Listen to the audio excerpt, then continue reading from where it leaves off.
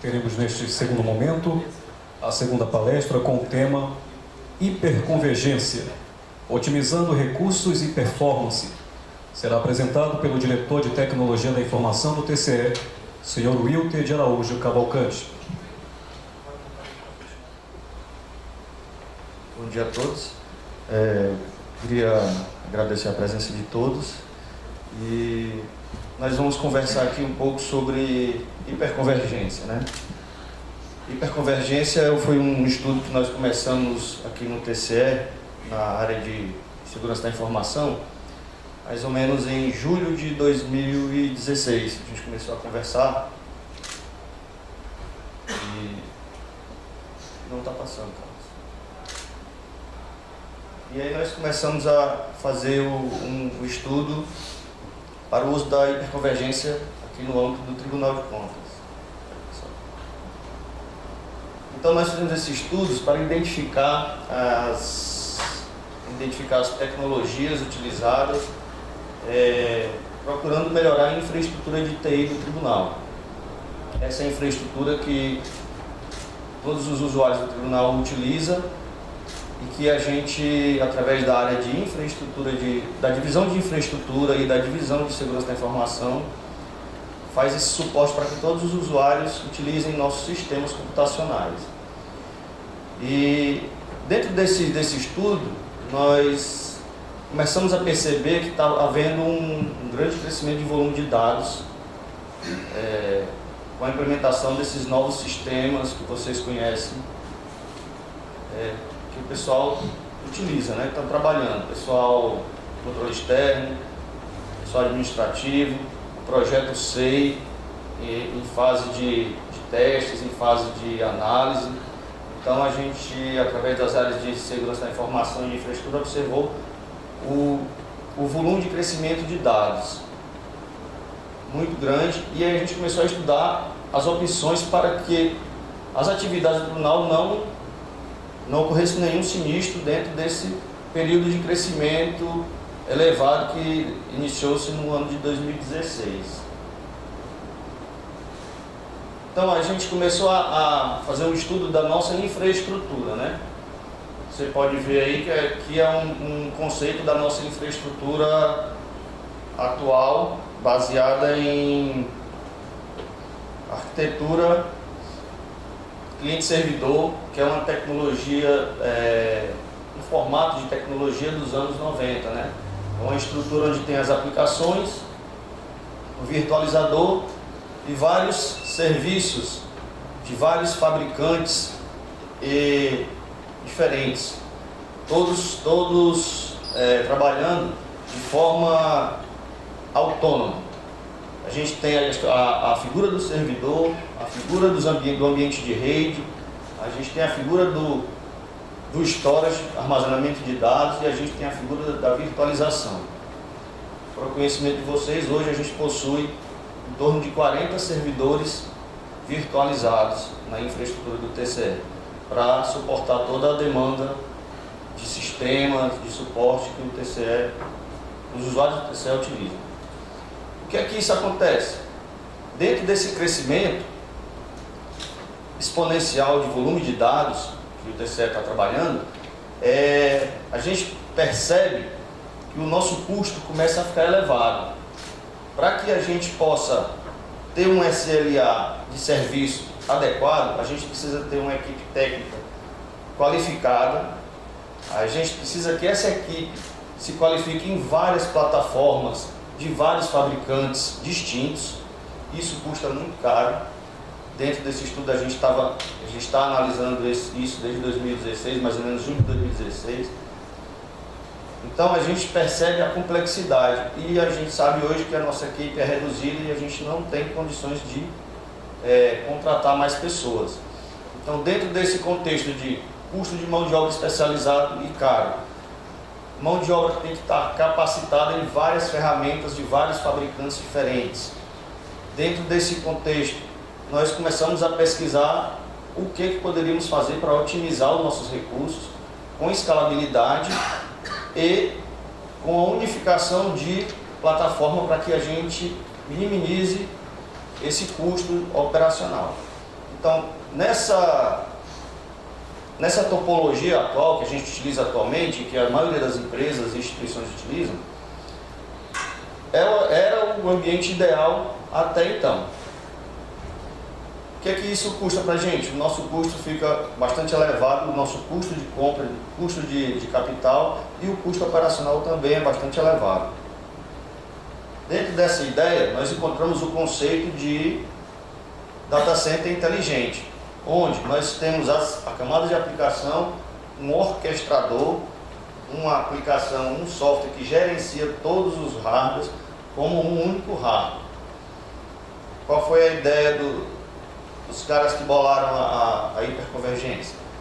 Eles, em um único hardware, conseguiram juntar servidores, rede, storage e appliances de virtualização num único hardware. Esse único hardware sendo totalmente gerenciado por uma camada de software. O que é que acontece com isso?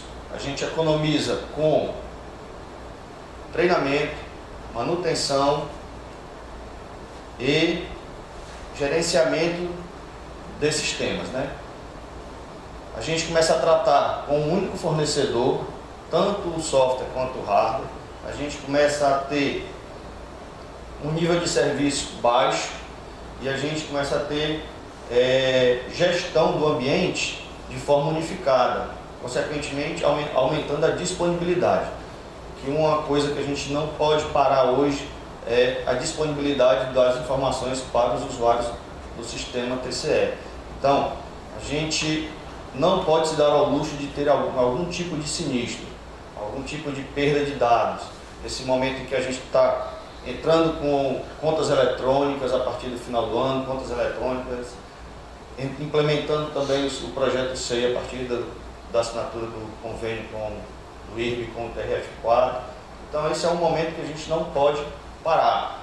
A infraestrutura de tecnologia do tribunal ela não pode parar. Por isso que nós começamos esse estudo já desde o ano passado e a gente tem uma tendência a adotar essa tecnologia. Dentro do nosso estudo, o Gartner Group ele elegeu aí 5 pontos que são primordiais para o trabalho e para o desenvolvimento dessa tecnologia de data center inteligente. Projetar um data center com escala vertical. Hoje, você projeta um data center com uma escala, você pode começar pequeno e ele vai escalonando de uma forma transparente que não altere as atividades da instituição. Quer dizer, a gente precisa aumentar a capacidade de processamento, a capacidade de armazenamento, sem parada do data center. Esse é um ponto fundamental. Não casar com o passado. Migrar de tecnologias para uma tecnologia nova, a tecnologia do passado ela não pode vir junto, ela tem que ser abandonada. Isso melhora o CAPEX e o OPEX, que é o custo de aquisição e o custo de operacionalização da ferramenta. Como eu falei para vocês, o custo de ferramentas standalone, autônomas, é muito elevado. Já com a tecnologia de data center inteligente, esse custo cai. Então, por isso que o Gartner ele recomenda não utilizar tecnologias do passado com tecnologias modernas. Foco no tempo de recuperação, alta disponibilidade. Com um ambiente distribuído de data center inteligente, que a hiperconvergência proporciona, você terá alta disponibilidade praticamente todo o tempo. Vamos imaginar que um nó de rede, que um nó de sistemas de servidores, ele pare de funcionar, os outros sistemas ele suporta aquela parada de um nó de rede e o usuário não percebe isso. No SLA de suporte, ele é regenerado, isso transparente para o usuário final. Então, com essa utilização, a gente pode planejar melhor, com esse tempo que a área de tecnologia vai ter para se planejar melhor. Por quê? Porque nós não vamos estar ocupados com várias soluções diferentes, trabalhando em N plataformas. Por exemplo, hoje nós possuímos nosso data center, equipamentos da Dell, equipamentos da IBM, equipamentos da HP. Pode passar. Vou mostrar para vocês agora essa realidade do nosso ambiente computacional. Isso aqui é um breve resumo do nosso data center. Hoje a gente possui Blade Center S da IBM, servidores hospedeiros da Dell, suítes IBM, suítes HP, sistema de backup Microsoft, storage da IBM, replicando para o outro prédio lá do controle externo, mais ou menos com a mesma infraestrutura. Como eu sou um pouco cego, eu vou dar uma olhada aqui no telefone, dali não enxerga os custos, né? Ali do lado de lá a gente tem a nossa capacidade de processamento hoje. A nossa capacidade de processamento hoje. Hoje nós possuímos ao todo 78 cores em servidores com 512 GB de RAM. Hoje a gente não possui memória sólida, né? Discos rígidos sólidos. Como vocês conhecem, SSD, memória flash, nos nossos servidores. A gente possui 24 teras de armazenamento bruto. E hoje a gente consome em torno de 14.000 watts de energia. E a refrigeração do ambiente no mínimo de 30.000 BTUs. A gente hoje, para refrigerar o data center do Tribunal de Contas, a gente possui 3 centrais de ar de 24.000 BTUs. Dentro desses 40 servidores, a gente usa o virtualizador Hyper-V da Microsoft, com 40 servidores hospedados nessa infraestrutura.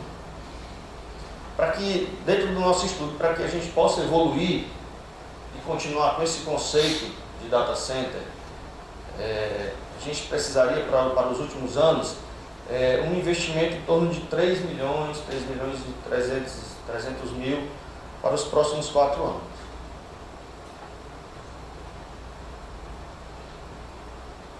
Então nós procuramos essa solução, que é a solução baseada na hiperconvergência. A solução baseada na hiperconvergência, dentro do nosso critério técnico, nós desenhamos essa ferramenta. Observem que o volume de hardware diminuiu daquele contexto que vocês viram agora há pouco para uma ocupação em um único rack em torno de 4 U por unidade. No nosso projeto a gente começa com 3 unidades, que é o projeto para iniciarmos agora no final desse exercício e ano que vem. 3 unidades para suportar toda aquela infraestrutura. Nosso processamento passaria para 72 cores de processadores, sendo desses 72 cores a gente possuiria 11.4 TB de disco sólido, disco de memória flash, para que as aplicações se tornem mais rápidas para o usuário final. Todas as requisições de banco de dados, de sistema, que forem acessadas mais rapidamente, elas vão estar armazenadas na memória flash, na memória SSD. Os dados que pouco trafegam na rede, os dados, vamos dizer assim, frio, eles passam a ficar guardados nos discos SATA, que são os discos rígidos mais baratos, mas que são para aqueles dados que o armazenamento não é tão solicitado. O espaço para cada unidade dessas é de 4U e o investimento em torno de 2.366.000 para os próximos 4 anos.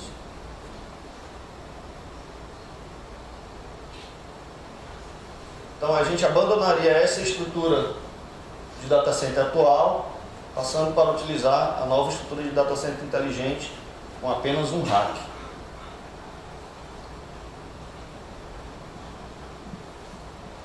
A filosofia de data center inteligente para o nosso data center atual, dos anos 90, né? Com a topologia dos anos 90. Qual é a grande diferença? A grande diferença é que no data center inteligente, os dados são distribuídos nas VMs, nas máquinas, distribuídos e conectados através de um switch SAN.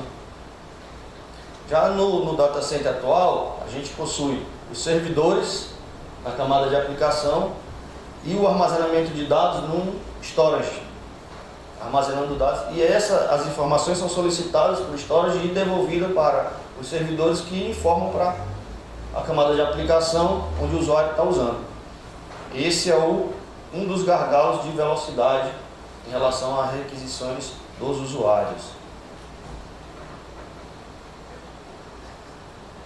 Dentro desse contexto, o Gartner fez esses testes de velocidade de desempenho, né? Capacidade de leitura numa solução unificada de hiperconvergência e a capacidade de leitura no ambiente tradicional. Você observa que a capacidade de leitura no ambiente convergente de 10.721 e enquanto isso no data center tradicional de 2.900, praticamente triplica a velocidade de acesso das informações. Observem aqui que a latência já inverte, porque a latência é o sistema mais lento, vai depender de mais tempo para passar a informação para os usuários. E lá a capacidade de transferência de dados no equipamento hiperconvergente e no equipamento tradicional. Vou passar aqui um vídeo para vocês sobre o que a hiperconvergência é um dos maiores fornecedores dessa solução. Vale salientar que a hiperconvergência não é uma plataforma que todos os fabricantes utilizam, Dell, IBM, HP, mas essa empresa, que eu peguei o vídeo lá deles, a Nutanix, ela foi a precursora desse projeto. Hoje quem usa esse equipamento? A nível governamental, o pessoal de TI, de administrativo, estiveram visitando o TJ do Amazonas, eles já utilizam essa solução, a Prefeitura do Amazonas utiliza, a Google utiliza a hiperconvergência, a Facebook utiliza, porque eles são muito grandes. Então, para que eles tenham escalabilidade, eles precisavam de uma solução unificada e que fosse de fácil crescimento, sem comprometer o desempenho. Vamos assistir o vídeo aí que apresenta bem o que é o Nutanix.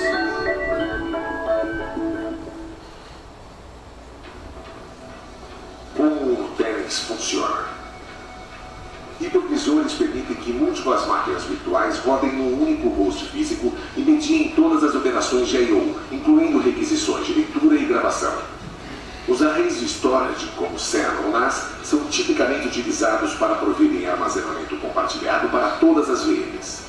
Nutanix usa uma abordagem bem mais simples. Sua arquitetura convergente incorpora armazenamento local para desempenho mais rápido e maior flexibilidade. Cada nó no cluster Nutanix inclui armazenamento baseado em memória flash para possibilitar um altíssimo desempenho em termos de IOPS, bem como HDs para um armazenamento de alta capacidade e baixo custo. Adotando os princípios de uma solução definida por software, Nutanix implementa toda a lógica de controle como um serviço baseado em software. Um controlador de armazenamento virtual roda em cada nó do cluster, melhorando a escalabilidade e resiliência, ao mesmo tempo evitando gargalos de desempenho. Agora, com armazenamento local para as VMs guests, não há mais necessidade de armazenamento centralizado caro ou redes de armazenamento dedicadas. O sistema de arquivos distribuído do Nutanix agrega armazenamento local em todos os nós, criando um único pool de armazenamento que pode ser particionado em um ou mais data stores. Estes data stores são então apresentados ao hipervisor utilizando-se o protocolo NFS padrão, provendo-se armazenamento para todas as VMs hospedadas. Como o hipervisor comunica-se com o software Nutanix exatamente como faria para um array de armazenamento tradicional, não há nenhuma mudança no ambiente virtual.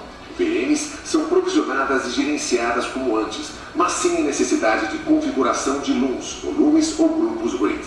Agora vejamos como o Nutanix gerencia uma configuração típica de RAID. Quando uma VM guest precisa gravar dados, sua requisição simplesmente é passada ao controlador Nutanix, que então executa a gravação em memória flash. Também é importante proteger os dados para que estejam sempre disponíveis, mesmo se um nó falhar. Para assegurar a mais alta proteção, dados são replicados de forma síncrona em múltiplos nós. Para uma operação de leitura típica, as requisições são servidas por recursos locais de armazenamento. Manter os dados locais para a VM proporciona o desempenho mais rápido possível. Isto significa que a maioria das requisições requisições de leitura jamais cruza a rede.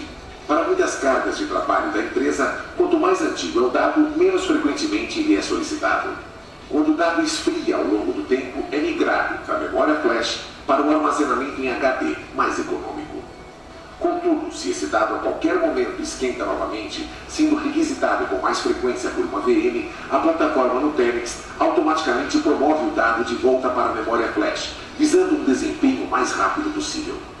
O que acontece se houver uma falha de nó? Nutanix suporta capacidades padrão de alta disponibilidade, como o HA da VMware. Portanto, uma VM será automaticamente reiniciada em outro nó. Se essa VM precisar ler ou gravar dados, envie a sua requisição ao controlador Nutanix local. Se o dado sendo lido não for local, o controlador determina onde foram colocados os dados replicados e encaminha a requisição ao controlador Nutanix correto. O dado é então reenviado ao controlador Nutanix local através de uma rede Ethernet padrão. O controlador Nutanix local passa o dado para a VM através do hipervisor e o armazena localmente para acesso futuro. Ao mesmo tempo, o software Nutanix replica novamente os dados através do cluster, para que todo o sistema de clusters retorne a um estado de tolerância a falhas. Cada nó Nutanix roda independentemente e alavanca a arquitetura distribuída de software Nutanix para criar um cluster completamente unificado. A plataforma computacional virtual da Nutanix integra até 4 nós independentes em um appliance eficiente de 2U. Para mais capacidade, podem ser adicionados nós, um por vez, sem parada no ambiente. Com o Nutanix, você pode começar pequeno e expandir facilmente, atingindo escala realmente massiva. Ele é perfeito para quase toda a carga de trabalho virtual, incluindo desktops virtuais e computação para usuários finais, projetos de nuvem privada, aplicações de Big Data, iniciativas de DR e mais. Nutanix, a plataforma computacional virtual para data centers definidos por software. Então, pessoal, dentro dessa tecnologia, além disso, a gente também está começando agora o projeto também do nosso e-mail e do nosso drive em nuvem, né? Através da aquisição do Gmail, para que todos os usuários tenham acesso ao seu e-mail corporativo através da plataforma do Gmail e de um drive também do Gmail para trabalhar em nuvem. Então, juntando esse projeto da Nutanix, juntando projetos de implantação do sistema SEI, contas eletrônicas e do sistema de Gmail com o Google Drive, todas as ferramentas, a gente espera que o tribunal dê um salto significativo no âmbito de tecnologia e, mais importante, disponibilizando ferramentas para que o usuário consiga fazer os seus trabalhos de forma harmônica e que esse vamos dizer assim, back office, que fica tudo por trás, suportando, seja o mais transparente possível para que o usuário não tenha nenhum problema com infraestrutura de tecnologia. Eu queria falar. Muito obrigado.